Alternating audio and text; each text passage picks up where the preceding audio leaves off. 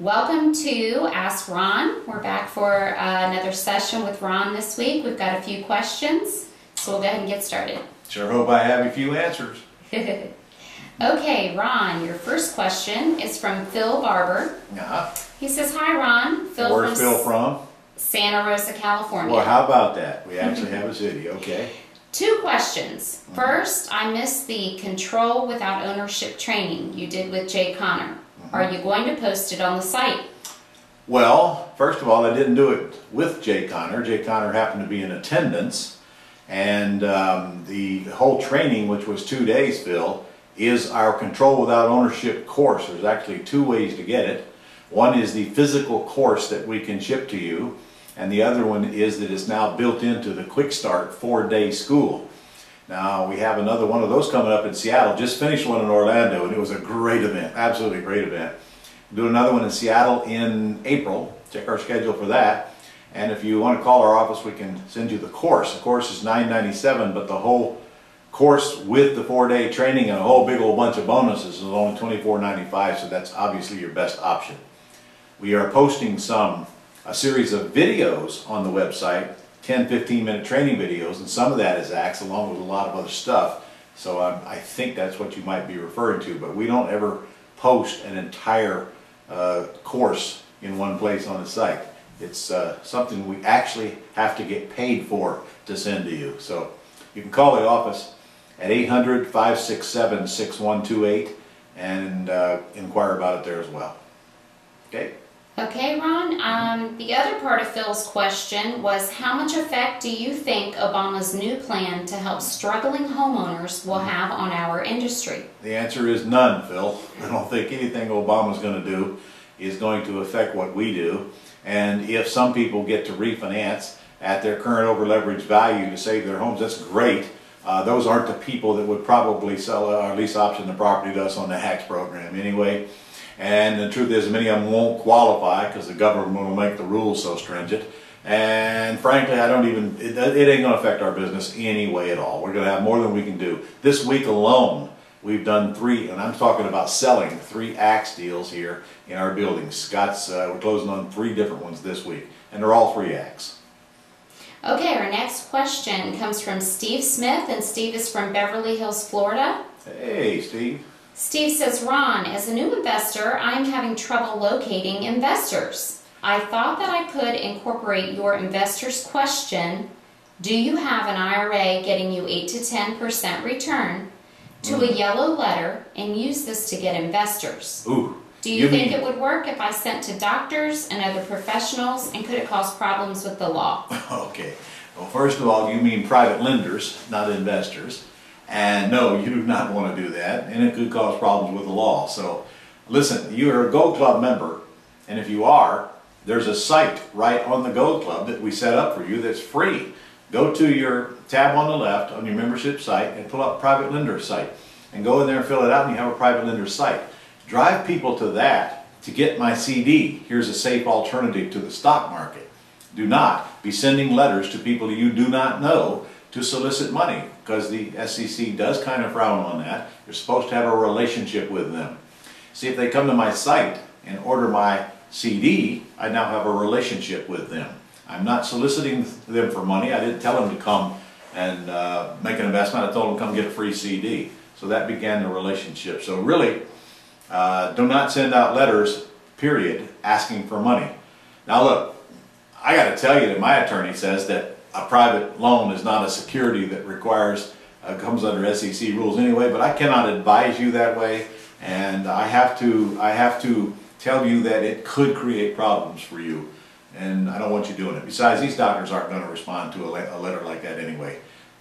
You're going to get to them through a relationship or making them an offer where they can get something free to get to know you and then follow up on that offer. So go take a look at the site on your membership site and learn how to use that. And frankly, you probably ought to get Jay Connor's course. He's done a magnificent job of teaching you how to hit both the warm market and the cold market. Warm market people you don't know, cold market people you do, and get them to respond to you. He's got a package that you send to them, CD that he'll do for you that you send to them, and then you just follow up behind people who already know what private lending is and are ready to do business with you. If you'll just let him systemize it for you, it'll be a lot easier. And he'll also show you how to go, again, to people that, that don't even know you.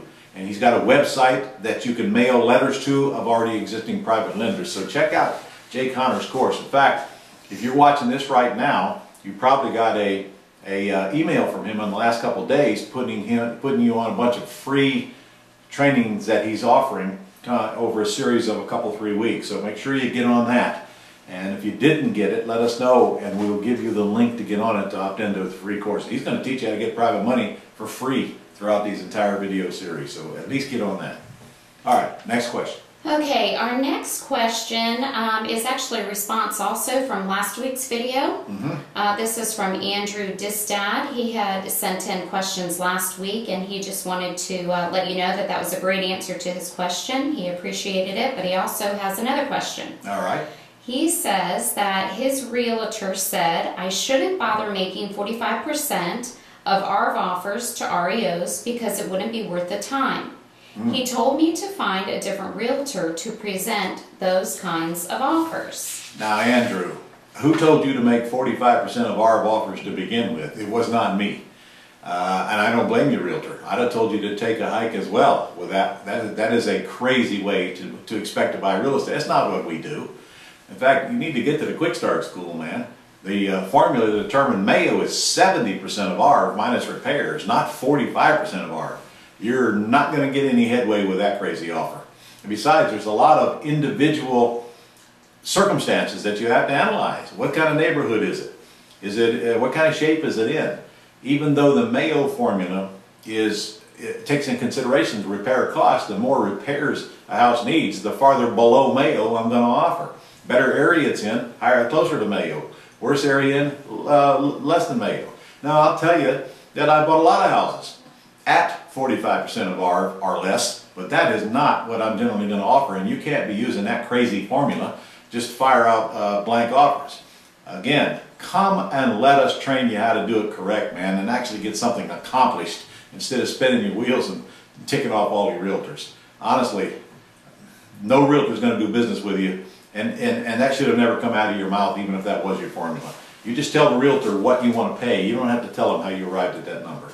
But that's not enough. That's not going to get you deals. All right, next question. Okay, his second question is, I'm trying to buy an REO that was originally listed at $299,000 All right. 140 days ago, but Okay, it's that's good. now listed for $259,000. All right. So it was 300, now it's 260. Next. And a place nearby in the same HOA community with 3 beds, 2 baths, 300 less square feet, sold recently for $339,000. Okay, so that's a good comp. Okay, the property just needs a little repair.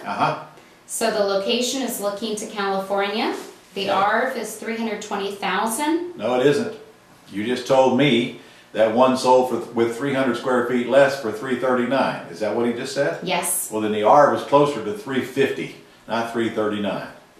Okay, so based on that, if that comp is correct, you have a $350 ARV times 70% minus repairs equals your Mayo. And I don't have a calculator in front of me. And then you offer less than Mayo.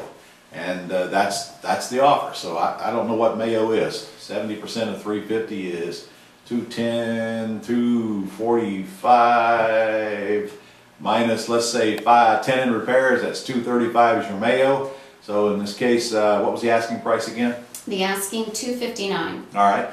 Well, I wouldn't be offering more than about 220, and that would probably be my offer if your numbers are correct. So I hope that's your answer. And he did say the $320,000 was on the conservative side. Well, good. And the renovations were about $3,700. But listen to me, all of you watching this, listen to me. You don't get conservative on your ARV. Your conservatism is built into your offer, not your ARV. If you take the real ARV and then you knock it down to get your conservative ARV, and then you knock it and then you overestimate the repairs, by the time you get down to your offer, you're so ridiculous you're never going to get anything bought. ARV is after repaired value in excellent condition. That does not mean that it's got to sell for ARV or you get whacked. It simply means that that is a fair market value of the property that would appraise for, based on comps, in excellent condition, ready to sell.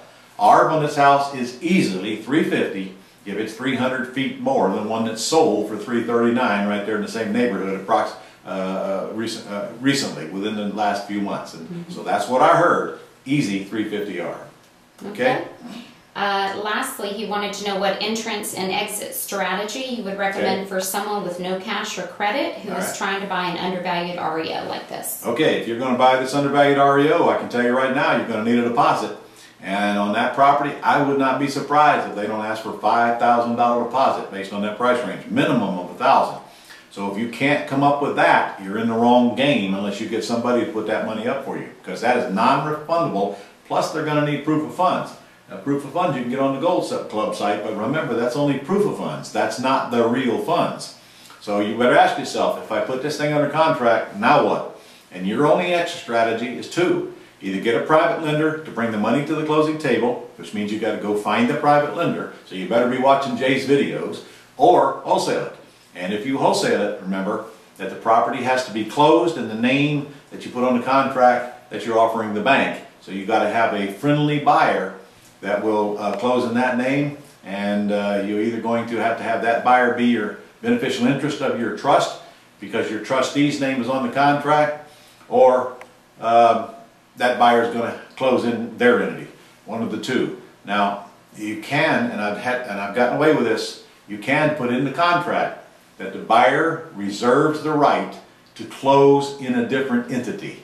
If you put that in there, many banks will accept that, and I've gotten some accepted with that in there. You're going to have to follow your realtor's lead on that, but obviously, if you're absolutely broke and you have no money, and credit's irrelevant because I wouldn't let you use it anyway, I'm going to tell you, you probably should stay out of the REO business and get over into the FSBO business. Anybody can call for sale by owners. Anybody can fill out property information sheets and go out and do an axe deal. Anybody can lease option a property with no money and then sublease it out to a tenant buyer on a sandwich lease deal. So I'm going to steer you away from the bank owns and get into the pretty house business where you don't need to raise money because the seller's not asking for it. Why make it so hard? You can just follow the lead. In fact, you should go back and watch my videos. I deliver one every week now. And go back to my axe videos. They're mounted on the website. Go watch them. And Scott sat right beside me and showed you what we were doing. So do the easy stuff and don't do the hard stuff. The REO thing is too complicated for someone that does not have a dime to their name. And again, credit is irrelevant, but you scare me because I'm afraid if you put it under contract that you'll just wind up defaulting on it and losing your deposit, not knowing that you don't have any private lenders lined up and you haven't done a wholesale deal yet. So maybe not what you want to hear, but it's the truth. Okay, and we just had 2 quick responses to last week's video, Ron. Coming from William Allen. He said, Ron, there may be money in the low-priced house with the tax lien. Depending on local law, any funds from the tax sale in excess of the tax lien may go to the property owner. That is correct.